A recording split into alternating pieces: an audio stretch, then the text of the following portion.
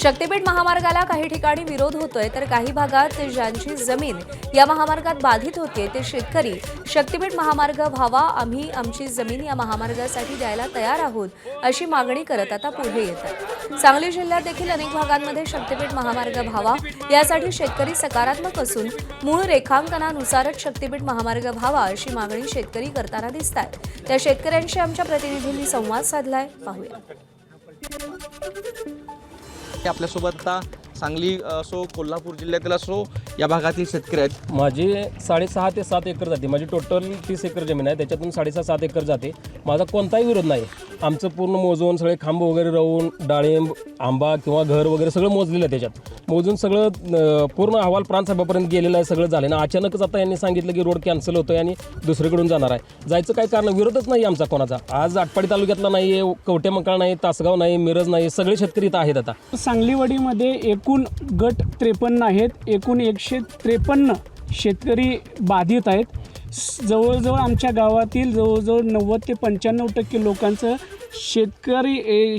शेतकऱ्यांचं मत असं आहे की शक्तीपीठ हा आमच्या भागातून गेला पाहिजे, महामार्ग झाला पाहिजे। लोकांचं जी इच्छा आहे ती पूर्ण झालीच पाहिजे। आमची जमीन 15 गुंठे जमीन झाली आहे आणि आमचा इथं कोणाचाही विरोध नाही। मी सरकारला एक विनंती करतो की शिरोळ तालुक्यातून पहिला मोजणीला सुरुवात करावी। आम्ही सर्व शेतकरी एकजुटीने जमीन मोजून द्यायला तयार आहोत। शक्तीपीठ महामार्ग हा मूळ आरेखनानुसार झालाच पाहिजे। ज्यावेळी मुख्यमंत्री साहेबांचं जे ड्रीम प्रोजेक्टची शक्तीपीठ महामार्गाद्वारे ज्यावेळी उगम झाला त्यावेळी आमच्यासारख्या छोट्या शेतकऱ्यांचे पण काहीतरी स्वप्नांचा उगम झाला होता। मग महामार्ग आम्ही पहिल्यापासून गेले 1.5 वर्ष झालं समर्थनातच आहोत।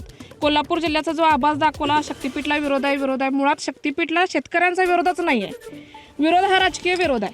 कॅमेरा पर्सन योगेश सोबत कुलदीप माने, एबीपी माझा, सांगली। गोंदियाच्या आमगाव आणि सालेकसा तालुक्यातील 36 गावांचा पाणीपुरवठा 8 दिवसांपासून ठप्प आहे। बनगाव प्रादेशिक पाणीपुरवठा योजनेअंतर्गत 35 लाख रुपये वीज बिल थकीत असल्यानं 8 दिवसांपासून पाणीपुरवठा बंद करण्यात आलाय। त्यामुळे नागरिकांना पिण्याच्या पाण्यासाठी भटकंती करावी लागतेय।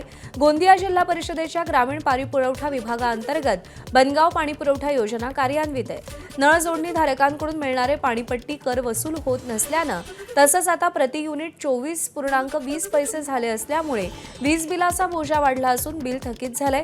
परिणामी वीज पुरवठा बंद करण्यात आलाय आणि यामुळे ही योजना गेल्या 8 दिवसांपासून बंद असून परिसरातल्या नागरिकांना पाण्यासाठी पायपीट करावी लागतेय। नाशिकमध्ये मराठी भाषा दिनानिमित्त सुरू असलेल्या 4थ्या विश्व मराठी संमेलनाचं आज मुख्यमंत्री देवेंद्र फडणवीसांच्या हस्ते उद्घाटन होणार आहे। दोन्ही उपमुख्यमंत्रीही यावेळी उपस्थित राहण्याची शक्यता आहे। सकाळी कुसुमाग्रज स्मारकाजवळून ग्रंथदिंडी निघणार आहे। मंत्री उदय सामंत यांच्यासह इतर मान्यवर या ग्रंथदिंडीमध्ये सहभागी होतील। साहित्यभूषण पुरस्कार ज्येष्ठ साहित्यिक भालचंद्र नेमाडे, विंदा करंदीकर यांना दिला जाणार आहे। श्रीनिवास कुलकर्णींना जीवनगौरव पुरस्कार दिला जाणार आहे। कुसुमाग्रज नगरीमध्ये विविध परिसंवाद, ग्रंथ प्रदर्शन, सांस्कृतिक कार्यक्रम पार पडणार आहेत।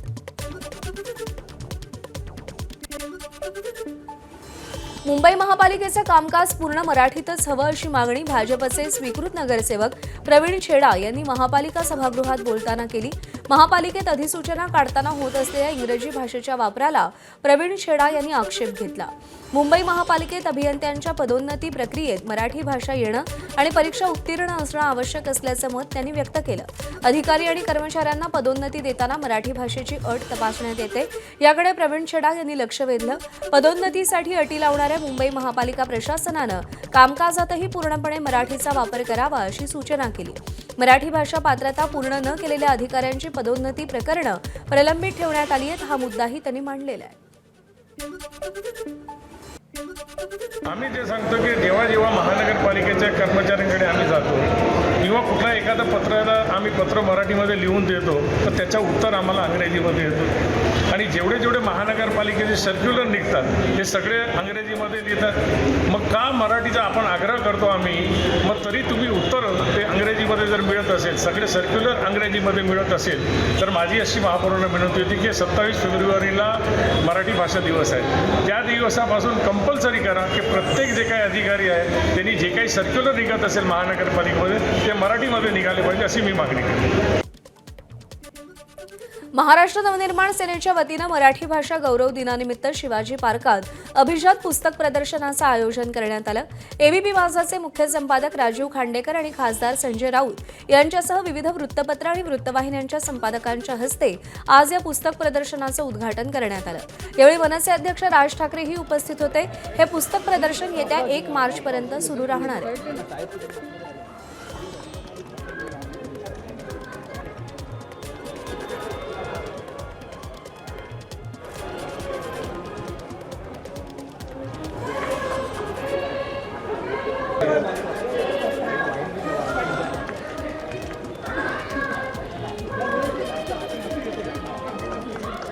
स्थानीय लोकाधिकार समिती महासंघाकडून आज मराठी भाषा दिवस साजरा केला जाणार आहे आणि या कार्यक्रमात पक्षप्रमुख उद्धव ठाकरे यांची प्रमुख उपस्थिती असेल.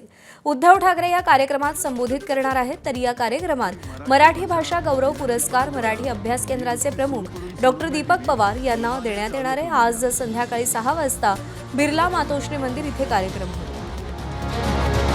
मागे एकदा शिवसेना प्रमुख बोलले होते, अक्षरांचे शब्द होतात आणि शब्दांचे मंत्र होतात. आता हे भाषेचं धन शब्दां. उत्तर प्रदेशातील मथुरा जिल्ह्यातील बरसाना इथं जगप्रसिद्ध लठमार होळी मोठ्या उत्साहात साजरी करण्यात आली. राधाराणींचं शहर बरसाना रंग, उत्साह आणि परंपरेच्या अनोख्या मिश्रणानं भरलं होतं. ही ऐतिहासिक आणि रोमांचक होळी पाहण्यासाठी देशविदेशातील लाखो भाविक दाखल झालेत. ढोल ताशांच्या आवाजात आणि होळीच्या गाण्यांच्या सुरात भाविक या सोहळ्याचा आनंद घेत आहेत. यावर्षी अंदाजे 20 लाख भाविक बरसाना इथे येण्याची अपेक्षा आहे. सुरक्षेसाठी तैनात असलेल्या पोलीस कर्मचाऱ्यांसह सखींनी लठमार होळी खेळलेली आहे.